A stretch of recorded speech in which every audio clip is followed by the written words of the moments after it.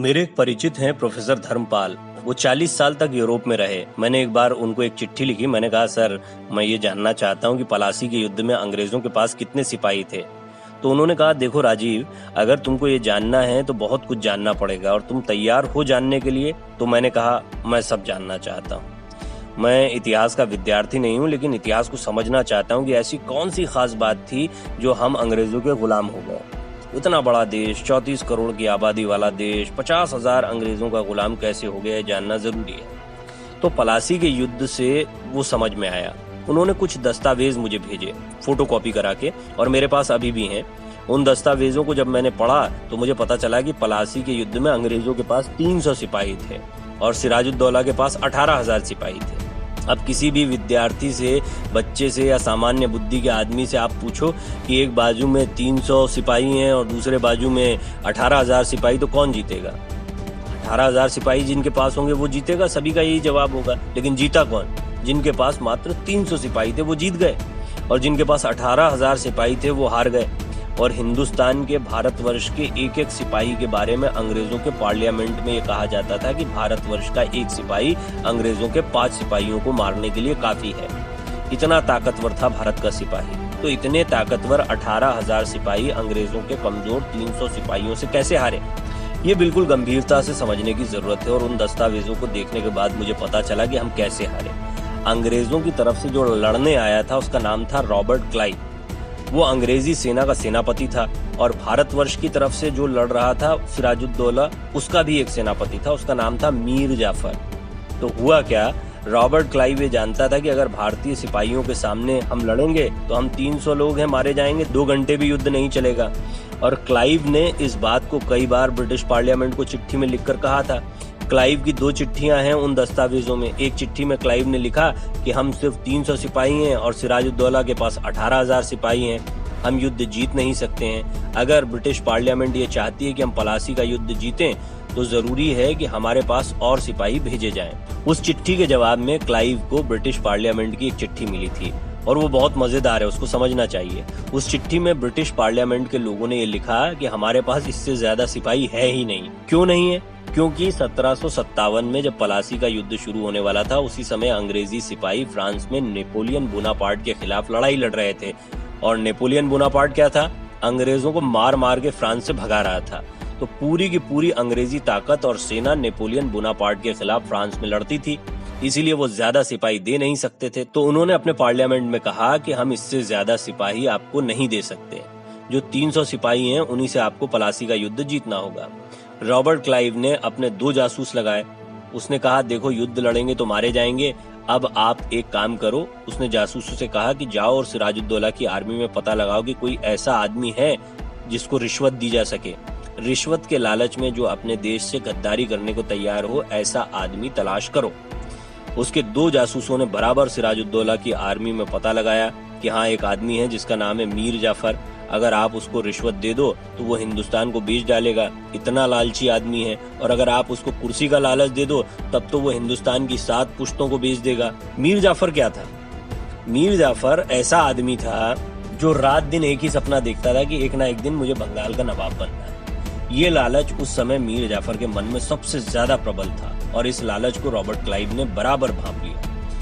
Robert Clive ने मीर जाफर को चिट्ठी लिखी। वो चिट्ठी दस्तावेजों में मौजूद है और उसकी फोटोकॉपी मेरे पास है।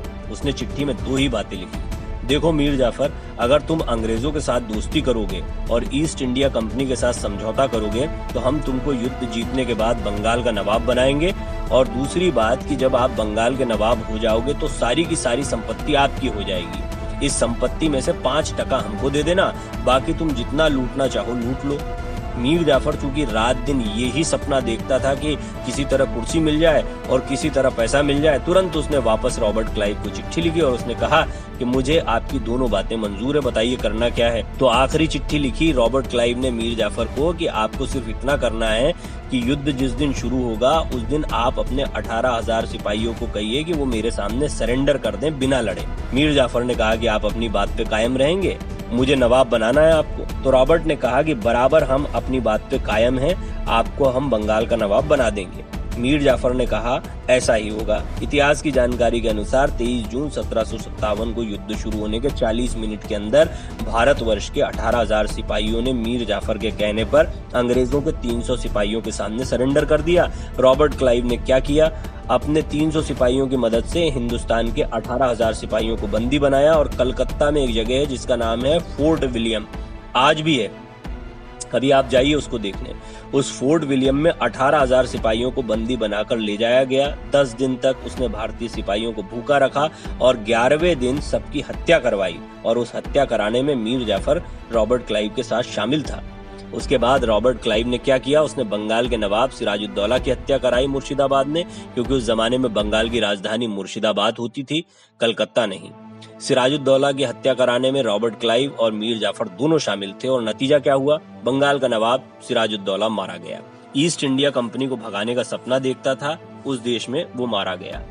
और जो ईस्ट इंडिया कंपनी से दोस्ती करने की बात करता था वो बंगाल का नवाब हो गया मीर जाफर। इस पूरे इतिहास की दुर्घटना को मैं एक विशेष नजर से देखता हूँ। मैं कई बार ऐसा सोचता हूँ कि क्या मीर जाफर को मालूम नहीं था कि ईस्ट इंडिया कंपनी से दोस्ती करेंगे तो इस देश की गुलामी आएगी। मीर जाफर जानता था इस बात को। मीर जाफर बराबर जानता था कि मैं मेरे कुर्सी के लालच में जो खेल खेल रहा हूँ उस खेल में इस देश में सैकड़ों वर्षों की गुलामी आ सकती है। ये भी जानता था कि अपने स्वार्थ में, अपने लालच में मैं जो गद्दारी करने जा रहा हूँ इस देश के साथ, उसके क्या दुष्परिणाम होंगे। मैं ऐसा सोचता हूँ कि हम गुलामी से आजाद हो जाते हैं, क्योंकि 18,000 सिपाही हमारे पास थे और 300 अंग्रेज सिपाहियों को मारना बिल्कुल आसान काम था हमारे लिए।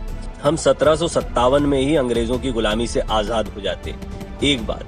और दूसरी बात ये, जो 200 वर्षों की गुलामी हमको झेलनी पड़ी 1757 से 1947 तक, और उस 200 वर्षों की गुलामी को भगाने के लिए 6 लाख लोगों की जो कुर्बानियां हमको देनी पड़ी वो बच जाती। भगत सिंह, चंद्रशेखर आजाद, उधम सिंह, तात्या टोपे, झांसी की रानी लक्ष्मीबाई, सुभाष चंद्र बोस, ऐसे ऐसे नौजवानों की कुर्बानियां दी हैं। ये कोई छोटे मोटे लोग नहीं थे। सुभाष चंद्र बोस तो IPS टॉपर थे। उधम सिंह चाहते तो अय्याशी कर सकते थे, बड़े बाप के बेटे थे।